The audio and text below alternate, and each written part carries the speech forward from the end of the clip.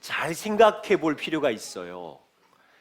교회는 사람이 만든 단체도 아니지요. 주님의 은혜교회가 제가 만든 것도 아니고 돈으로 만든 기관도 아니고 똑똑한 철학자들이 모여서 생각으로 세운 종교가 기독교도 아니고 우리 교과서적인 답, 하나님이 세운 공동체 이렇게 알고 있죠. 근데 바울은 교회를 사도행전 20장 28절에는 이렇게 말해요. 하나님이 자기 피로 사신 교회. 얼마나 엄청난 말입니까? 하나님이 자기 피로 사신 교회. 하나님께서 자기 아들이 있으셨는데 그 아들의 피로 구원해낸 가족들. 여러분, 하나님이 누구예요? 창조자시고 역사의 심판자시고 영원자이신 그 하나님이 자기의 전부와도 같은 아들을 투자해서 그 피로 교회 공동체를 만들었다. 이게 감정적으로 이해가 되세요? 꼭 사기치는 것 같지 않아요? 황당한 표현. 여러분, 아들을 죽여서 누군가를 구원해낼 수 있겠어요? 아들 몫을 비틀어 가지고 옆에 있는 저 친구를 살릴 용기가 있으세요? 그런데 창조자요, 심판자요, 통치자요, 영원하신 분이 자신의 전부, 그냥 단지 아들을 죽인 게 아니라 보좌에서 끌어내려서 우리 같은 몸을 입게 하시고, 그냥 3년만 살고 십자가에 죽어라 그런 게 아니라 죄와 유혹이 가득 찬 세상 속에 33년을 온전히 살게 하시고, 여러분, 그리스도의 모든 삶과 생애, 이것은 다 나 때문이에요. 우리 때문이에요. 그럼 이거 이해해야 돼요. 아니, 이런 황당한 사건, 거짓말이든지 그게 하나님의 마음이라면 이 어마어마한 교회 가족 왜 만드셨을까? 그냥 기부금 많이 받아서 건물 지으라고요? 말도 안 되는 이야기를 하고 있어요. 숫자 많이 늘리라고요? 숫자는 저기 극장 가면 많고 야구장 가면 수만 명이 모여 있고. 하나님께서 왜 자신의 전부를 투자해서 우리를 교회 가족으로 삼아 주셨을까라는 이 이유가 명확하지 않으면 교회 공동체 몸 안에 사는 게 얼마나 소중한지를 놓쳐요. 여기 와서 뭐 잘난 체 하실래요? 교회에서 무슨 뭐 헌금 많이 했다고 뽐내시려고 오세요? 밖에도 많은데 그런 일이. 왜 하나님이 전부를 투자해서 교회를 가족으로 부르셨을까? 아무리 생각해봐도 이유는 하나밖에 없어요. 그 하나님이 영원히 우리랑 살게 하시려고, 영원한 사랑 가운데 우리를 영광의 왕과 사랑의 교제 안으로 초대하시려고. 하나님 아버지가 이것을 이루기 위해서 전부를 투자하신 거예요. 아들을 이 땅에 보내시고 살게 하시고 십자가에 죽이시고, 이 목적을 이루려고 하는 하나님의 약속과 집념을 포기할 수 없어서. 그런데 안타까움은 교회 안에 들어와 있는 많은 사람들이 이 목적을 잊어버리고 교회를 이용해서 출세하고 돈 많이 벌고, 교회 이용해서 성공하려고 그러고, 교회 이용해서 이름 내려고 그러고, 이런 초라한 비전으로 교회 생활을 하니까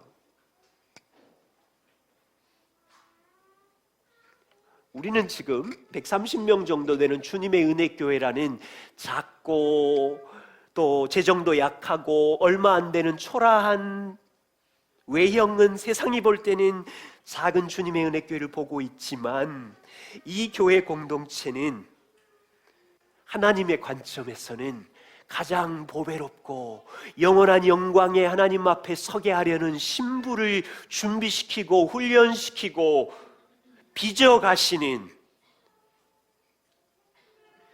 영혼을 준비하는 그리스도의 신부들이 준비되는,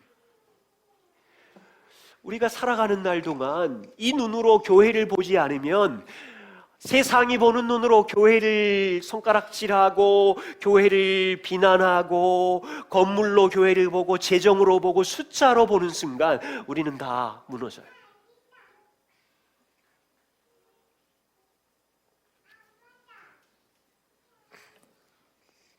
이 목적을 이루기 위해서 성경 전체를 보세요. 하나님께서 무슨 일을 하시냐면 아들을 투자해서 끌어내려 성육신하게 하시고 십자가에 죽으시고 부활하시고 그 이후로부터 하나님은 교회를 아버지가 되셔서 끝까지 사랑하시며 이 교회를 신부로 빚으시기 위해서 일하신다고 하나님 아버지가 약속하셨고, 그리고 우리를 위하여 죽으신 그리스도가 교회의 머리가 되셔서 거기 연결된 지체들 인생 안에 주인으로 오시고 은혜를 부으시고 몸을 만드시고, 그분이 죽으심으로, 요즘 이사야 읽으시지요? 구약 전체의 중요한 두 개의 키는 메시아 그리스도를 보내겠다는 것이고 성령을 보내겠다는 것이잖아요. 그런데 우리 안에는 이미 그리스도가 오셨고 교회 공동체, 교회의 머리이신 그리스도를 주인으로 모신 모든 사람 안에 이미 성령이 계시고, 지금 이 목적을 이루시려고 하나님이 투자하신 은혜의 그림을 얼마나 이해하세요? 아버지는 우리를 결코 포기하지 않고 평생 끝까지 사랑하실 것이고, 아들 그리스도는 우리를 위하여 생명으로 죽으셨을 뿐 아니라 교회의 머리가 되셔서 지체에 연결된 모든 사람들에게 은혜 주기를 원하시고, 우리 안에 착한 일을 시작하신 분이 그리스도 예수의 날까지 선한 일을 이루신다고 하시고, 그분은 보좌에서 온 땅을 통치하실 뿐 아니라 특별히 생명을 주고 산 교회 공동체를 통치하시며 머리가 되시며, 그리고 보내어 주신 성령 하나님을 통하여 각 사람 안에 영원토록 거하게 하시면서, 왜요? 돈 잘 벌라고? 건강하라고? 왜 이렇게 초라한 비전을 붙들고 이게 없으면 기분 나빠하고 이게 없으면 바닥을 치면 하나님은 선하시지 않다고 말하고 조금 있으면 헤헤거리고, 이 세 분 하나님, 삼위 하나님의 집념과 사랑은 우리를 영원한 영광 가운데 데리고 가게 하려고,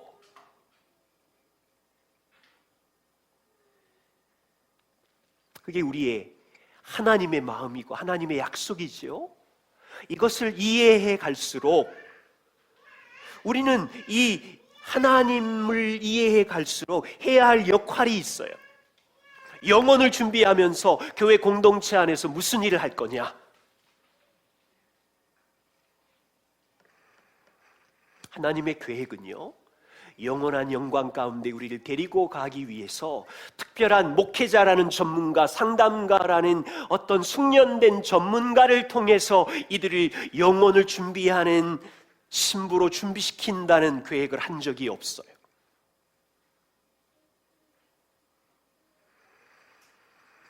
성도들의 거룩은 모든 성도들에게 허락하신 부르심이에요. 오늘 레리 목사님의 말씀에 의하면 마태복음 28장에 있는 우리가 그리스도의 제자가 되고 다른 사람을 제자로 삼으며 우리가 함께 제자 공동체가 되어서 그날을 준비하는 거지만, 하나님의 계획은 모든 성도들이 전문가 목사만이 아니고 상담자만이 아니라 각 성도들이 하나님의 도구가 되어서 다른 사람의 삶에 변화시키는 도구가 되는 계획을 가지고, 이거를 쉬운 말로 몸의 비유, 건물의 비유, 조금 고상하게는 상호 의존 시스템으로 머리 대신 그리스도 안에 각 지체들이 연결되어서 서로 상합하며 은혜를 흘려보내며, 근데 오늘날 슬프게도 이 몸의 비유를 교회가 잃어버렸어요. 상호 의존 시스템을 잃어버렸어요. 하나님의 계획이 아니라 그냥 목회자, 상담과 교육자, 전문가를 통해서 어떻게든 해보려고 하다가, 지금 왜 우리가 공동체로 존재해야 되는지 아시겠지요? 다시 하나님이 저와 우리 각 사람을 향한 거대하고 영원한 계획을 갖고 시작하셨어요. 우리는 이 교회 생활을 하면서 자아를 만족시키고 자기 행복을 추구하고 우리 집만 행복하면 끝이라는 초라한 생각을 벗어야 돼. 그것 때문에 그리스도가 죽지 않았어요. 하나님의 비전은 여기 있는 여러분들이 연봉도 좀 높아지고 건강해지면 물론 좋지요. 그렇지만 어떤 이들은 초라해지고 건강을 잃어가면서도 하나님의 비전을 세울 수 있고, 우리 중에 자녀가 어떨 때는 아이비리그도 가겠지만 어떤 아이는 주신 지혜와 능력이 부족해서 대학을 못 갈 수도 있어요. 그렇지만 찌그러들 이유가 없는 것은 우리의 부르심이 그런 부르심이 아니잖아요. 우리의 비전이 아름다운 정원이 있는 노후를 만드는 그런 작은 비전이 아니라 하나님의 거대한 계획은, 오늘 찬양하는데 그런 마음이 드는 거예요. 하나님, 더러운 죄인을, 원수인 나를 영원자 앞에 세우시려고 두 단어, 더러운 죄인인 저를, 원수인 저를, 티끌인 저를 영원자 앞에 세울 마음을 갖고 계셨군요. 이 마음이 밀려오는데 주체할 수가 없어요.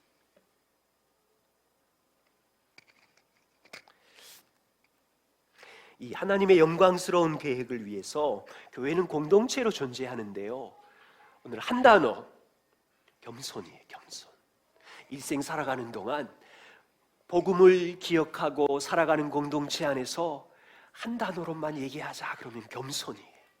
겸손한 성도, 겸손한 공동체. 왜 겸손이 중요하냐면 성도들이 겸손해야 하나님의 은혜를 받고 주님을 닮아가고, 각 공동체가 겸손해야 하나님의 은혜가 공동체 안에 흘러오고 서로에게 흘러가서 서로를 돌보고 거룩하게 하고, 반대로 각 사람이, 각 남자가, 각 여성이, 개인이 겸손하지 않으면 교만해서 하나님이 각 사람을 대적할 것이고, 세상에서는 성공하고 잘 나갈 수 있지만 주님을 닮아갈 수는 없고, 각 개인이 모인 공동체 안에서 겸손하지 않으면 뭐 하겠어요? 자기 자랑할 것이고, 시기할 것이고, 비교할 것이고, 자기 의를 드러낼 것이고, 다름으로 싸울 것이고, 주님 언제 닮아요? 다시 말하면 겸손하지 않은 개인과 공동체가 교회에 존재하면 교회는 영향력을 잃어버려요. 복음의 그 찬란함을 드러낼 수가 없어요. 그래서 겸손한 성도, 그냥 아무 말도 안 하고 조용하고 그냥 뭐 있는 듯 없는 듯 그냥 침묵을 지키면 겸손이 아니라, 우리가 매헌이의 겸손책을 통해서 배웠잖아요. 그래서 거기 있는 거 다를 말할 수 없지만 겸손한 성도 4가지 열매 간단하게 말씀드리고, 그리고 몸을 이루어 교회 공동체 안에서 살아가는 동안 겸손한 공동체는 이런 열매가 있어야 합니다라는 공동체 안에서의 열매 4가지를 말씀드릴 거예요. 우리는 지금 이 4가지의 열매에 완전하지도 않고 이것을 추구해 가면서 우리가 겸손으로 세워져 갈 때 하나님의 은혜가 우리 안에 각 사람 안에 흘러서 주님을 더욱 닮아갈 것이고, 그런 사람들이 모인 공동체가 주님의 은혜를 경험해서 주님 앞에 설 수 있게 될 것이기에, 그럼 이거 이해해야 돼. 겸손이 뭐지요? C.J. 매헌이 목사님은 겸손을 정의하기를, 참된 겸손은 하나님의 거룩하심, 그분을 아는 것이고 그분 앞에 있는 내가 얼마나 타락한 죄인인지 아는 거예요. 일생 동안 이 두 가지를 우리가 알아가는 거예요. 자, 이사야가 이렇게 말했어요. 이사야 57장 15절 같이 한번 보이시죠? 읽어보겠습니다. 시작. 지극히 존귀하며 영원히 거하시며 거룩하다 이름하는 이가 이와 같이 말씀하시되 내가 높고 거룩한 곳에 있으며 또한 통회하고 마음이 겸손한 자와 함께 있나니 이는 겸손한 자의 영을 소생시키며 통회하는 자의 마음을 소생시키려 함이라. 굉장히 충격적인 말인데 하나님이 누구십니까? 그분은 우리랑 질적으로 다른 지극히 존귀하시고 우리랑 질적으로 다른 우리는 티끌인데 그분은 지극히 영원하시며 도덕적으로 완벽한 거룩한 분이시고 그분은 어디 계세요? 높고 거룩한 곳에 계시며 그분이 누구를 찾으십니까?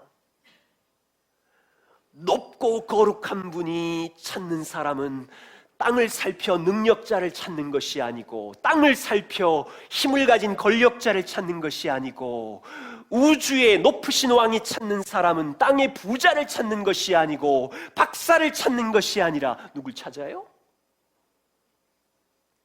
통회하고 마음이 겸손한 자를 찾아 함께 있으니 이게 얼마나 충격적인 말이에요. 엉엉 울며 통회하고 마음이 가난한 자를 찾고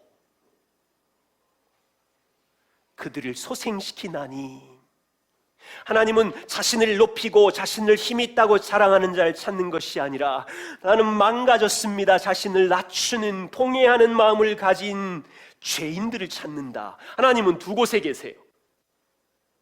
높은 곳에 거룩한 처소에 하나님은 계시고 땅에서도 계시는데 어디 계시냐면 부자들 안에 계신 게 아니에요. 권력을 가진 사람 안에 계신 게 아니에요. 하나님이 필요합니다. 저는 절망입니다 라고 말하는 땅에서 겸손하고 통회하는 마음을 가진 그 사람 안에 하나님은 거하시나니.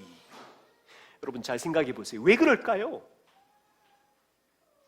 세상에 많은 사람들은 자기가 자아의 준이라고 말하고 자기의 힘으로 인생을 살 수 있다고 말하고 나는 능력이 있다고 말하고 주장하자마자 지가 왕이 되는 거잖아요. 하나님이 거할 자리가 없는 거예요.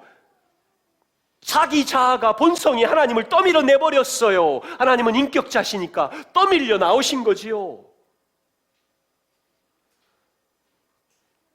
하나님의 힘과 하나님의 통치가 전혀 소용이 없는 자아가 주인이 된 사람 안에 하나님은 거하시지 않는데요. 하나님은 이 땅에 거하실 처소를 찾지만 자신이 왕이 된 사람 안에 하나님이 거할 자리가 없는 것이요. 놀라운 일이죠.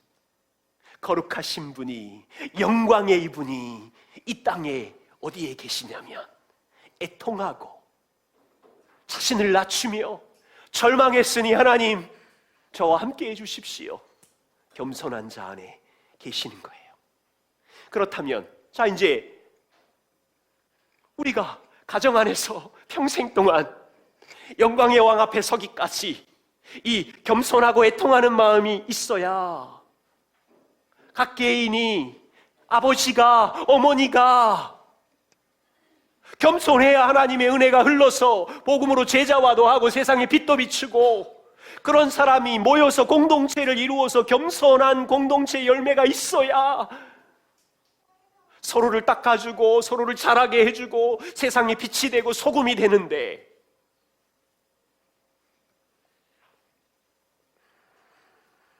겸손한 자 안에 하나님은 거하시는 거예요.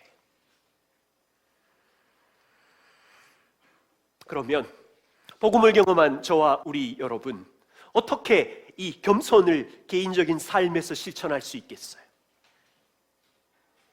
네 가지 실천할 수 있는 첫 번째는요 십자가를 묵상하는 삶입니다.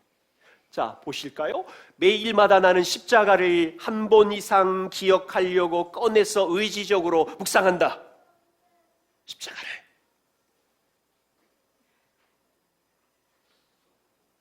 네, 몇 사람 있네요. 몇 사람 있어서는 안 돼. 매일 해야 되는데. 그렇죠? 날마다 겸손할 수 있는 가장 탁월한 방법은 십자가를 묵상하는 거예요. 마틴 로이드 존스 목사님이 이렇게 말했어요. 나를 땅바닥에 엎드리게 하고 나를 먼지처럼 낮추게 만드는 유일한 것이 있다면 그것은 하나님의 아들을 바라보는 것이고, 그 하나님의 아들이, 죄 없으신 아들이 나 대신 십자가에 못 박히신 것을 묵상하는 것이다. 매일 영광의 하나님의 아들이 나를 사랑하사 죽으신 십자가를 묵상할 때 내가 얼마나 큰 사랑을 입은 죄인인지를 알게 돼서 겸손해진다. 존 스토트 목사님도 이렇게 말했어요. 온 우주를 통틀어 역사상 그 무엇도 십자가만큼 우리를 겸손하게 만드는 것은 없다. 갈보리라고 불리는 장소를 방문하는 순간 우리는 자기의 의를 주장하며 스스로 높이는 교만을 비로소 떨쳐버릴 수 있다. 우리의 참된 실상, 얼마나 추악한 죄인인지 깨닫게 되는 것은 바로 그 십자가 밑이다. 여기 나가보세요. 내가 누구인지 아는 거예요.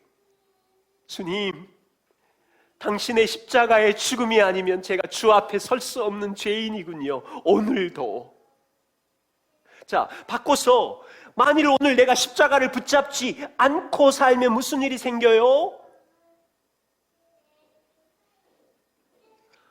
분명히 오늘 내가 성취한 행동으로 자기를 자랑하는 일이 생길걸요. 내가 아이들에게 행한 오래 참은 자기 의를 드러내며 아이들을 핍박할걸요.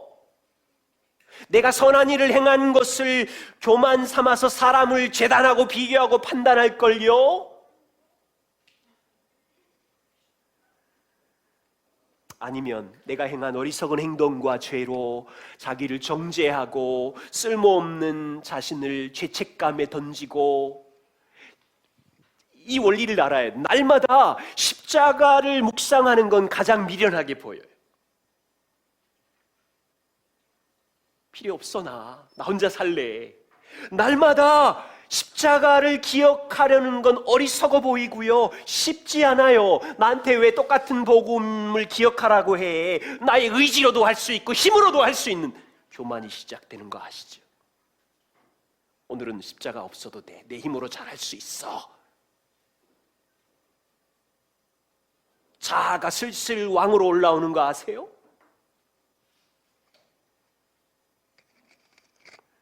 한번 해보세요. 십자가 묵상하는 거 싫어요. 어리석어 보여요. 내 주목과 지혜와 도덕심으로도 살아갈 수 있다고 생각하는 일상이 반복이 되고 있다고요. 저와 우리는 부족해요. 여기 제가 마틴 로이드 존도 목사님, 존 스토트 목사님의 간곡한 부탁을 따라서 우리가 복음만에서 매일매일마다 겸손해지려면 십자가에 나아가서 내가 누구인지를 발견하는 이 최상의 방법을 사용해 주세요. 의도적으로. 두 번째, 겸손의 열매. 아침에 눈을 뜨자마자 주님, 오늘도 제 힘으로는, 내 능력으로는, 내 지혜로는 이 하루를, 우리의 아이들을, 우리의 이웃들을 섬길 힘이 없습니다. 주님, 오늘도 주님을 의지합니다. 이렇게 하루를 시작하세요.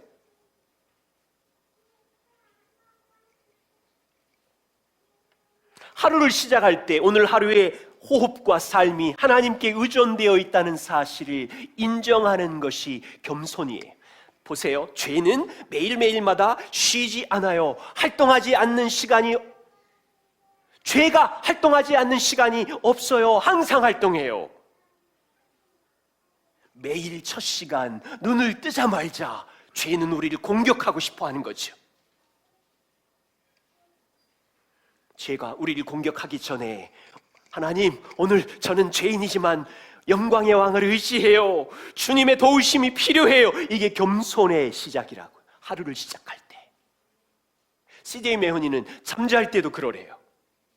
주님, 저는 잠자야 되는 피조물입니다. 졸지도 주무시지도 아니하시는 영광의 왕이 이 밤도 지켜주십시오. 주님, 저는 자야만 하는 피조물입니다. 여기 앉아고 일하는 분들 좀 기억하셔야 돼요. 잠자야만 하는 피조물입니다. 이게 겸손이래. 서정현 자매님 5시까지 왜 집 청소해요? 피조물인데. 갑자기 생각났어.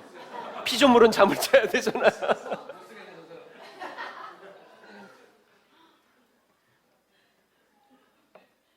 그러니까 이게 참 있죠. 순간순간마다 이게 교만해짐으로 인해서 우리가 하나님의 은혜를 방해하는 것들을 우리가 제거하는 거죠. 그리고 동시에 감사함으로 하루를 시작하는 것. 다시 말하면 거꾸로 뒤집으면 이거예요. 십자가 없이도 오늘 하루를 살 수 있다고 하는 것, 교만인 거고요. 그리고 하나님을 의지하지 않고도, 여러분 이걸 아무나 무슨 알라딘의 램프에 주문 외우듯이 하라는 뜻이 아니에요. 진심으로 주님, 이 내 아이 새 아이를 제가 돌볼 힘이 없어요. 내 깡으로는 진짜 분노밖에 안 나와요. 하나님을 의지합니다. 진심으로 이렇게 하는 일을 연습할 때 거기가 하나님이 누구인지를 알고 내가 누구인지를 아는 겸손이라는 거지요. 감사도 겸손이고. 세 번째, 날마다 하나님과 정규적인 교제를 하는 것이 겸손입니다. 매일 스마트폰으로 시작하는 아무개 자매님, 형제님 여러분,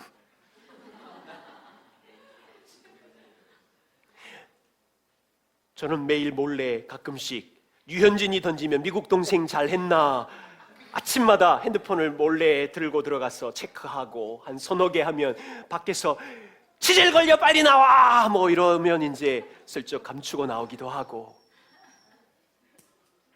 왜 갑자기 치질 얘기를 해? 이 좋은 시간에. 이스라엘 백성이 날마다 아침에 만나를 거두러 간 것처럼 매일 아버지 주시는 양식을 사모하며 무릎 꿇는 일이, 이게 우리 본성이 아니에요. 저는 지금도 가끔씩 한 끼 금식을 자주 하는 편이에요. 사순절 기간, 이런 모임과 행사가 있는 기간, 아내가 저보고 당신 살찌지 않는 이유는 그것 때문이야 라고 하는데요. 나이가 들수록 무슨 생각이 드냐면 11시 반쯤 되면 짜증이 밀려와요. 배가 고프니까. 그래서 아내가 무슨 일 때문에 12시 반, 1시 넘어서 밥을 차려주면 가서 입을 꾹 닫고, 제가 화내는 방법 아시죠? 인상을 뻑 쓰고 왜 이렇게 늦게 밥을 주는 거야, 이 말인 거예요. 그러면서 요번에도 그랬어요. 야, 진짜 한 끼 안 먹으니까 내가 바닥이 보이는 거예요.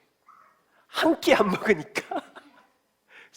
그래서 제가 그 인상 쓰면서 아내에게 고백해서, 여보, 진짜 한 끼만 안 먹어도 내가 누군지 알겠어. 자, 보세요. 우리 아이들이 2끼, 3끼 안 먹으면 가만히 있겠어요? 밥 달라고 울고 난리가 나잖아요. 우리가 진실로 영의 사람이면 하나님, 내 힘으로 하루를 시작하는 것이 아니라 자녀들 앞에 설 때 내 힘으로 섰더니 얼마나 바닥이 보이고 한계가 들통이 났어요. 세상 앞에 설 때 하나님의 은혜 없이는 얼마나 내 안에 혼란과 타협과, 우리가 이걸 인정한다면 매일매일 만나를 거두러 간 이스라엘 백성들처럼 영광의 왕의 아버지의 은혜의 양식 앞에 나아가는 이 풍요로운 지혜를 율법적으로, 형식적으로 연습하는 것이 아니라 정말 절박함으로, 가난함으로, 사슴이 시냇물을 찾기에 갈급함처럼, 우리가 자녀를 잘 키우고 싶은 마음도 있고 세상 속의 빛의 자녀로 하나님의 나라를 세울 마음은 있는데 뿌리를 내리고 양식을 먹을 마음은 없으니까 어떻게 그 사람을 통해서 다음 세대를 제자화하며 하나님의 나라를 세워요? 이건 말도 안 된다니까요. 그런 법은 없어요. 여기서 하나 기억하셔야 될 것은요, 아침에 말씀 묵상하는 경건 시간이 항상 좋지만은 않을 거예요. 항상 말씀 묵상을 하면 은혜가 밀려오고 기쁨이 가득 차고 성령의 부으심이 강렬해요? 아침마다? 다른 질문, 아침 아내가 차려주는 아침을 드시면 항상 아침에 감격하고 아내를 찬양하고 야 오늘 아침 진짜 맛있다 그러는 날 있어요? 한 달에 한 번? 없어. 그냥 먹는 거예요. 그냥 오늘 하루를 살려고. 아침마다 배우자를 보면, 우리 집은 그래요. 우리 집은 우와 당신 진짜 요즘 뿅 간다, 아침마다 뿅 간다. 우리 집은 그래요. 시기하지 마세요. 우리 집은 진짜 그렇다니까요. 제가 말을 못해요. 말을 하면 시험 드니까. 그래서 아내랑 서로 위로해요. 우리 이거 말하면 시험 들 거야. 그냥 일만 얘기하고 있는 일만.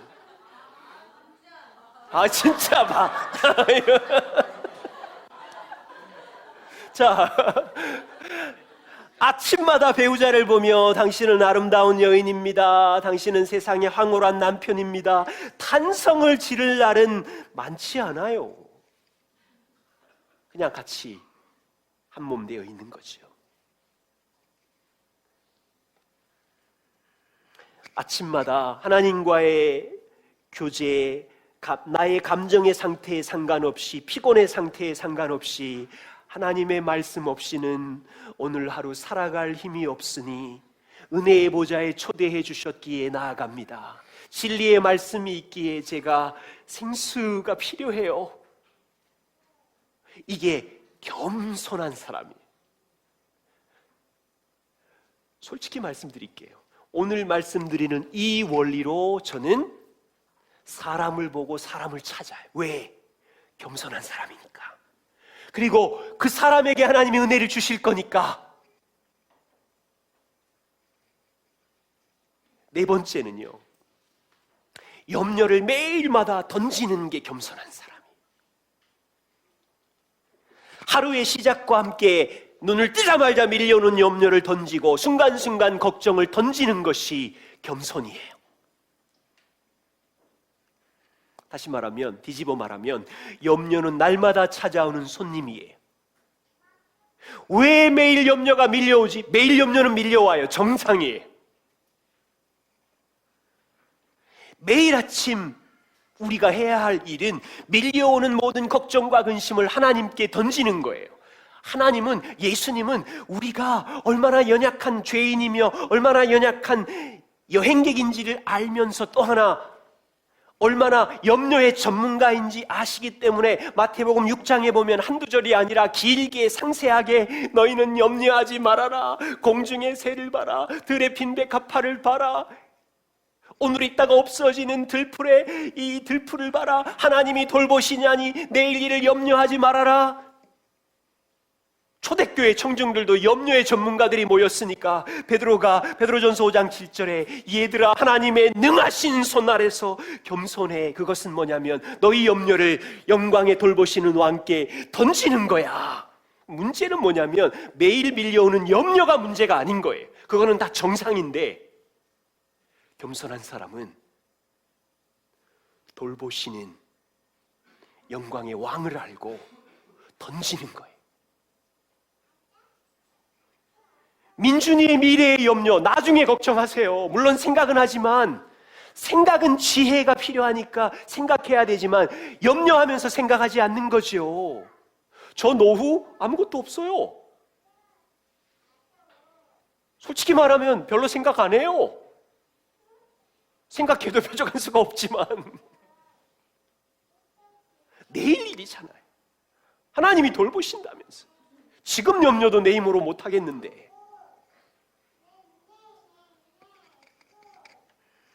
인생은, 특별히 여성들은 염려의 전문가들 중에 초특급 전문가들이신데, 산더미 같은 염려들이 밀려올 때 우리가 매일 해야 하는 겸손은 돌보시는 아버지께 던지는 거예요.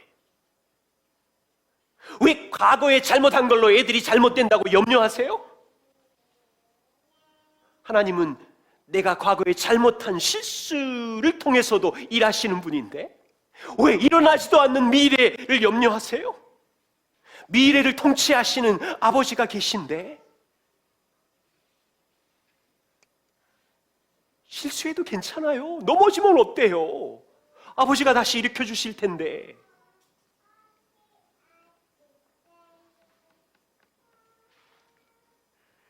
돌보는 아버지가 있음을 알고 겸손하는 거예요. 염려를 부둥켜 안고 있는 것은 고아처럼 사는 거예요. 아버지가 누군지 모르고.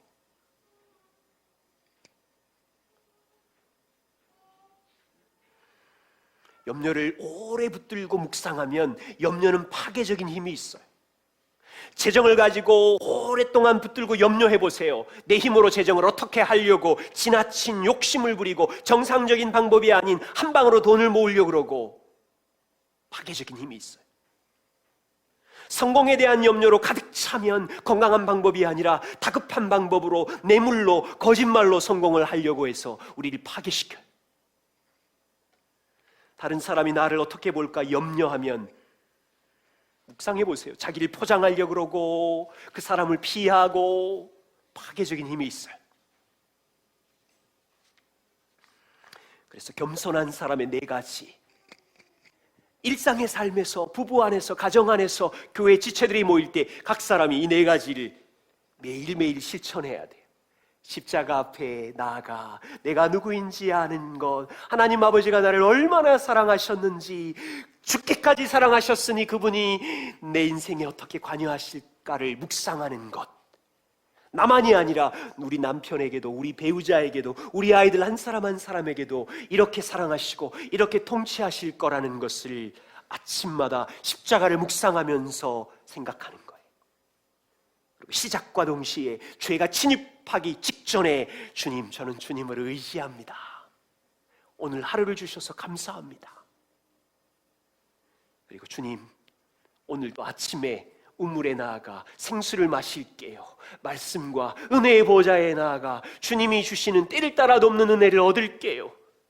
보좌에 계신 주님, 힘을 주십시오. 이게 다 겸손의 방법이며 이런 통로를 통해서 주님이 은혜를 주시고, 그리고 밀려오는 염려 또 있을 거예요. 회사, 직장, 아이들이 크면서 재정, 밀려오는 염려 있을 때마다 돌보시는 아버지가 있음을 기억하고 던지는 연습을 함께 해갈 때 하나님의 은혜가 있어요. 벌써 8시 40분 됐죠? 제가 시계를 안 갖고 왔어요. 27분. 네. 한 10분 만에 맞춰볼게요. 우리 기도도 해야 되니까.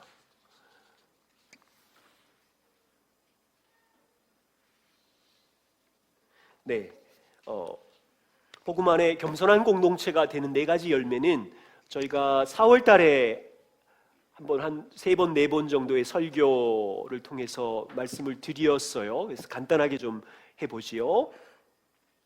우리가 복음을 풍성히 누리고 또 공동체가 겸손해질 때 하나님은 각 공동체 안에 은혜를 흘려보내실 텐데, 4가지 열매, 첫 번째는 살아가는 동안 다른 사람의 도움이 절대적으로 필요함을 인정하는 것이고, 두 번째는 인생 내내 죄인으로 살 때 죄를 고백하는 것이고, 세 번째는 각 사람 안에 일하시는 성령의 일하시는 은혜의 증거를 찾아서 그리고 격려하고 칭찬하는 것이고, 그리고 네 번째는 인생을 살아가는 동안 하나님의 주권과 우리의 역할을 서로 이해해 가면서 공동체가 서로 위로하고 하나님의 주권은 하나님의 주권에 맡기고 우리가 해야 되는 역할들을 배워가면서 거룩하게 성화되어 가는 거예요. 이 일을 하는 건데, 자, 다른 사람의 도움이 필요함을 인정하는 것이 정말로 어렵습니다. 보세요, 잘 안 돼요. 예를 들어서 배우자에게 도움을 청하는 분 계세요? 정기적으로, 주기적으로 이게 겸손이에요. 아내가 남편에게 여보, 나 좀 도와주세요. 내가 예수님을 더 닮기 위해서 남편이 당신이 내 삶 전체를 알고 내 대화와 내 마음의 동기를 아니 당신이 나를 거룩하게 빚어주세요라고 아내가 남편에게 요청하는 것이 겸손이에요. 남자도 우리는 가정의 리더이지만 죄인으로 가정을 이끄는 동안 아내의 도움이 필요하죠. 물론 우리가 아내에게 여보, 당신이 남편인 내가 하나님의 은혜로 변화되어야 될 걸 얘기할 때 막 쏟아내는 게 두려워서 말씀을 안 하시겠지만, 정말 진정한 겸손은 정기적으로 남편이 아내에게 요청하는 거예요. 가장 어려운 질문이 이 질문인데, 이게 익숙해져서 좀 잘하면 교회 공동체로 모였을 때 서로에게 도움을 요청하는 거예요. 6개월, 1년 지났을 때 형제님, 자매님, 형제님이 6개월, 1년 지켜보시고 제 삶의 어떤 부분이 바뀌어야 더욱더 예수님을 닮고 성숙해질 수 있는지 가르쳐 주세요. 이 다른 사람의 도움을 필요로 하는 것이야말로 정말 중요한 겸손이에요. 우리가 죄인이라는 얘기는 내 죄를 정말 잘 못 본다는 얘기예요. 참으로 그렇습니다. 저는요, 제 안에 안락의 우상이 이렇게 끔찍하게 들러붙어 있는지 15년 동안 들러붙어 있었는데 잘 보지 못했어요. 저는 10대 아이들을 키우면서 존경받고 싶은 우상이 10년 동안 덕지덕지 붙어져 있어요. 매일 밤마다 얼마나 고통스러운지 몰라요. 나중에 보니까 내 안에 극심한 존경의 우상이 숨어져 있었어요. 내 눈에 묻은 안락의 우상, 존경의 우상을 내가 못 본다니까요. 여러 가지 이유로 정당화시켰어요. 아내가 저를 보게 해줬고 아이들이 저를 보게 해줬어요. 공동체로 살아가는 동안 서로가 절대적으로 필요하다는 고백과 함께 서로 질문해야 돼. 저를 좀 도와주세요. 나의 죄를 보게 해주세요. 배우자에게도. 두 번째, 죄를 고백하는 것 우리 많이 말씀드렸어요. 우리 본성은 자신의 약함을 절대로 드러내고 싶어 하지 않아요. 우리의 본성은 자기의 죄를 감추고 싶어요. 이게 교만인 거죠. 그런데 복음은 우리의 죄를 이미 처리하셨어요. 아들의 피값을 주고 다 깨끗하게 하셨어요. 우리는 처리된 죄를 서로 고백함으로 빛 가운데 나와서 각 사람 안에 있는 죄를 제거하고 깨끗하게 하는 거예요. 요한 1서 1장 9절, 만일 우리가 죄를 고백하면 우리 안에 계신 그분은 미쁘시고 의로우시나니 우리의 죄를 사하시며 죄 가운데 덕지덕지 붙어있는 불의와 나쁜 감정과 이런 모든 것들을 깨끗하게 하실 수 있는 분이다. 그리고 요한일서 2장 1절에 가면 만일 누가 죄를 범하여도 기억해라. 죄를 범하여도 기억해라. 꼭꼭 숨기고 있지 말고 자백할 뿐 아니라 죄를 범하는 자들아 누구를 기억해요? 너희, 지금 초대교회 성도들에게 얘기하는 건데, 너희 죄를 범해도 기억해라. 하늘 보좌에 계신 너희의 죄를 처리하신 대언자가 있으니 그는 의로우신 예수 그리스도라. 얼마나 놀라운 일이에요.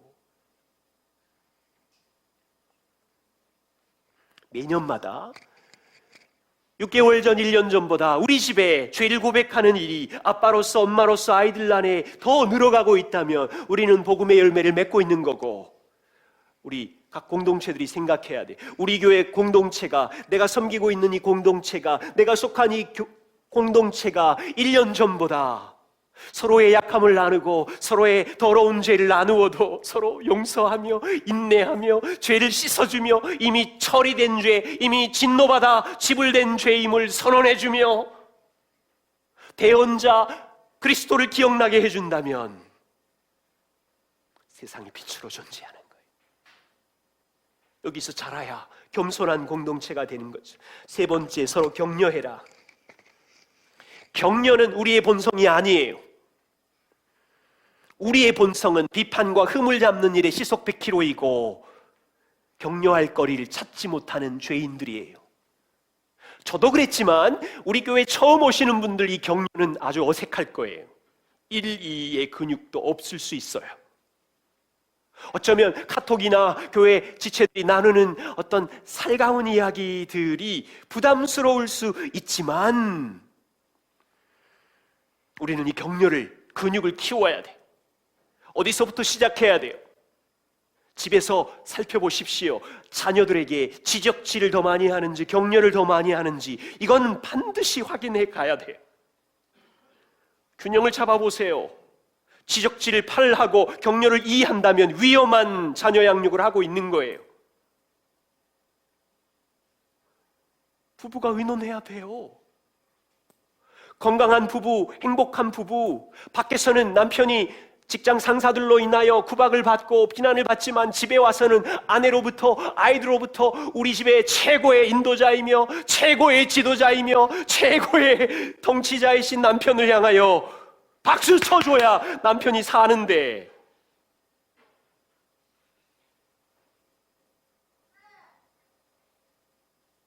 부부 안에도 이 격려의 열매가 있어야 숨을 쉰다니까요. 남자만이 아니라 여자도 그래요.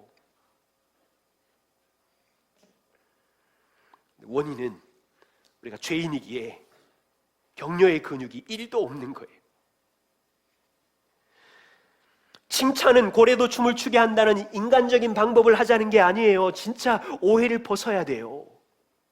우리가 복음으로 구원받은 사람이라면 각 사람 안에 성령님이 일하실 것이고 착한 일을 시작하신 그분이 주님 앞에 세울 때까지 우리를 거룩하게 빚으시고 성화시키시고 거룩하게 해 가시는 일하심을 찾아서 격려해주고 고마워해야 되는데 있다니까요.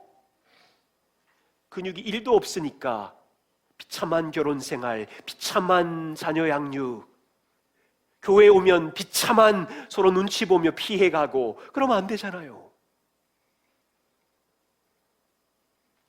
우리가 격려할 수밖에 없는 이유는 내가 봐도 망가진 아이들이고 내가 봐도 엉망인 지체들이지만 하나님의 관점으로 보면 이 지체는 빚값 주고 산 자녀이며 이 지체는 오늘도 보배로운 하나님의 딸이며 조금 전에 집에서 아이랑 망가져서 왔는데, 배우자랑 망가져서 왔는데, 재정 때문에 그냥 지쳐서 왔는데 하나님의 관점으로 이 자매는 성령이 일하시며 영혼을 준비하는 신부로 빚어가시는 중에 있기에 그 눈으로 격려하며 박수치며 힘을 주며 이 땅에 나그네 길을 걸어가는 거죠.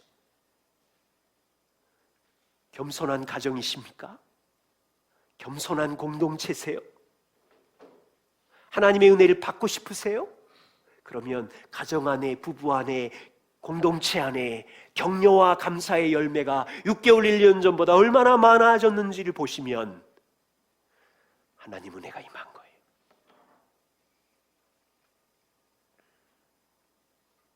마지막 4번째, 모든 상황 속에서 하나님의 주권을 함께 인정해가는 공동체일 때 겸손이에요. 가장 혼란스러운 것은 하나님의 주권에 대한 신뢰 없이 자기의 역할은 하지 않으면서 혼란만 있을 때, 여러분 여기 본문 보시면 그냥 소개하고 마무리를 좀 하죠. 초대교회 성도들이 극심한 박해와 고난이 있는 인생의 길을 걷는 초대교회 성도들인데, 바울은 이 성도들에게 너희가 원수에게 부당한 대우를 받아도 어떻게 하라고 합니까? 너희가 원수들을 향하여 복수하고 험담하고 저주하라고 합니까? 초대교회 로마교회 성도들에게 원수를 심판하는 일은 너희의 책임이 아니니, 원수 갚는 일은 너희의 일이 아니니 하나님의 일이니 하나님께 맡기고, 너희가 해야 할 책임이 있는데, 너희가 할 책임이 있는데 너희는 핍박하는 자를 핍박, 축복하고 저주하는 자에게 저주하지 말며 아무에게도 악으로 갚지 말고 모든 사람 앞에 선한 일을 도모하고 할 수 있거든 모든 사람과 평화하고. 아마 제가 이렇게 상담해드리면 화내시고 도망가실걸요? 내 마음을 읽어줘야지, 감정도 몰라주고 누가 몰라서 그러나. 누가 막 쏴댔는데, 손가락질했는데, 힘들어서 그냥 하소연하러 왔는데, 그 사람 마음을 바꾸는 일은 하나님이시니 맡기고, 너는 너의 할 일을 하며 용서하고 가서 화해해. 그러면 그 다음날 분명히 이걸 우리가 배워가는 거예요. 저도 그래서 실수를 많이 했고, 정말 주님의 마음으로 먼저 용납해야 되고, 함께 죄인임을 고백해야 되고. 그래서 이 역할이요, 공동체의 역할인 것 같아요. 우리가 죄를 만나고 골짜기를 만나면 하나님의 주권과 인간의 우리의 역할을 날마다 혼동하면서 어려워해요. 그때마다 교회 공동체가 이 자매와 형제들에게 이 부분을 선명하게 도와주는 거죠. 자매님, 형제님, 배우자를 변화시키는 것은, 자녀들을 변화시키는 것은 하나님의 몫이고, 반항하는 자녀들, 등을 돌린 남편에게는 정죄하거나 협박하거나 비아냥거리는 것들은 내려놓고 우리의 몫을 합시다. 아내의 몫을 하고, 남편의 몫을 하고, 아비의 몫을 하고, 이것들을 스스로는 못 보니까 몸 안에 모였을 때 볼 수 있도록 도와주고 용납하면서 같이 성장해 가는 거지. 그래서 겸손한 성도의 4가지 전략을 짜셔야 돼. 십자가를 묵상하고 하나님을 의지하고 감사하며 매일마다 은혜의 보좌에 나가 진리의 생수의 말씀을 먹으며 때를 따라 돕는 은혜 아래 머무르며, 그리고 4번째, 밀려오는 염려를 영광의 돌보시는 왕께 던지는 연습을 많이 할수록 겸손해지는 성도가 되고, 이런 성도가 아비로, 엄마로 그 가정에 있을 때 그리스도의 평강이 그 가정을 주장하게 할 것이며, 이런 성도들이 모여서 서로의 도움이 필요합니다 라고 말하는 겸손한 공동체를 이루고, 저는 지난 주일 이런 어려움과 이런 분노와 이런 비교와 이런 정죄감이 밀려왔어요. 우리의 죄를 고백해도 복음 안에 서로 용납하며, 각 사람 안에 착한 일을 시작하신 성령님께서 변화시켜가는 은혜의 증거를 서로 축하하고 주님을 높이며, 영원한 자리까지 인도하기 위하여 인생의 골짜기, 자녀 양육의 골짜기, 결혼과 재정, 모든 건강의 골짜기를 지나는 동안 하나님 아버지가 주권적으로 돌보시는 것을 볼 수 있도록 도와주며, 그럼에도 인격적으로 우리가 해야 할 일이 무엇인지 분별하게 해주면서 이 길을 같이 걸어간다면 우리는 영원한 주님의 나라를 준비하는 거룩한 신부로, 그전에는 더러운 죄인이었는데, 그전에는 티끌이었는데, 그전에는 원수였는데, 영원자 앞에 영원한 신부의 파트너로 우리를 세우신다는 복음의 영광의 소망을 붙들고 함께 걸어가는 공동체가 되는 거죠. 그래서 주님의 은혜교회가 존재하는 동안 공동체 안에 아픔도 있을 것이고 또 고통도 있을 것이겠지만, 머리이시고 아버지이시고 지혜와 성화의 영이신 성령께서 이 교회를 보존하시고 주님 앞에 설 때까지, 오늘 왔어 주께 영, 이 찬양이 다 이 내용이었어요. 너무 놀라웠어요. 가사 하나하나마다 마지막 날 우리가 주님을 찬양할 이유가 있습니다.